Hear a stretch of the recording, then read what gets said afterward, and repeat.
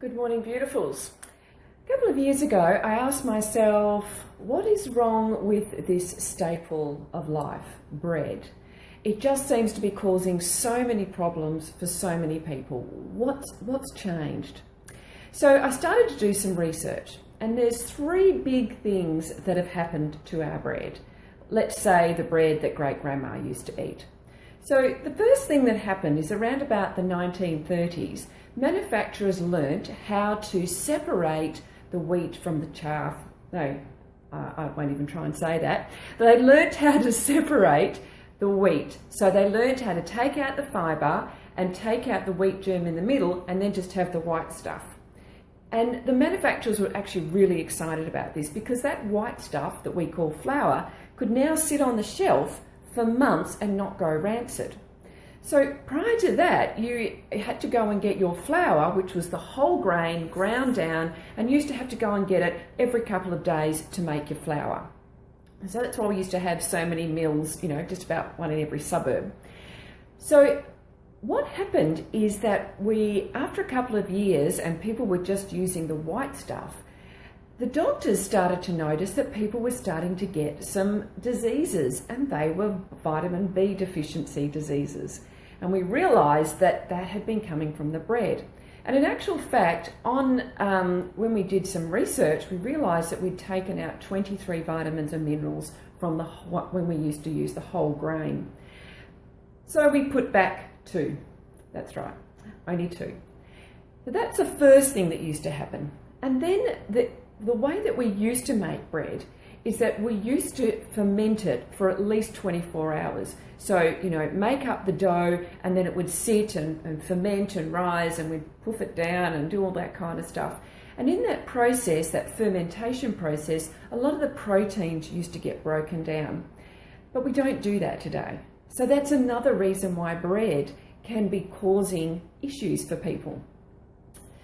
And so today I think we make it in about 3 hours flat, and we add all sorts of stabilizers and all sorts of things that really we just don't want to be putting in our body on a daily basis anyway, and not doing us any good. The third thing that's happened is that the grain growers have actually hybridized the grain so that it's got more gluten. Now, gluten is the part that gives bread its rising properties. So that's what the manufacturers, they want. They want a good, strong flour that's going to rise. And so you get your nice, puffy rolls and bread that has some stability. So what we've realised, though, is in recent years is that gluten is actually causing some issues for many people. And the gluten has been associated with what we call leaky gut. So in your gut, when food gets absorbed, your junctions are really, really tight, so that only very tiny single amino acids or single glucose molecules and other things can get through. But what happens in some people is that gluten is causing leaky gut. So you can see there's some holes there now. So instead of your body just, allowing one, say, amino acid to get through, now groups of 2 or 3 are able to get through at a time.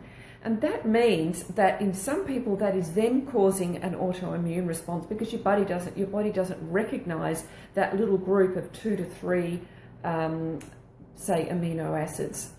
So that's another reason why bread can be causing issues for people. Now, when I've seen a lot of clients, and so many of them say that they just immediately feel better when they remove bread from their diet. Others say that their gas and bloating goes away, and many people say that they lose weight when they come off the bread. Now, from my point of view, I would question why you'd be wanting to eat something that has no nutritional value whatsoever, unless you can find some really, really good sources of whole grain bread. So really do your research and find if you can find a really good product. I know that you can get, especially if you're in Perth or major cities, you can get sprouted grain breads, which are a lot more nutrient dense than just the white stuff on the shelves.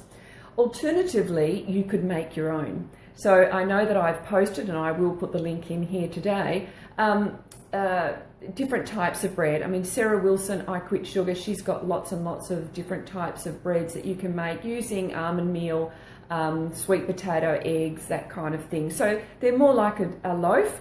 They are not as robust, but they still do the job. And so when you're having, say, a bowl of soup, you feel like you're still getting that bread, and some of them are really, really tasty. So I'll put the link in for there as well.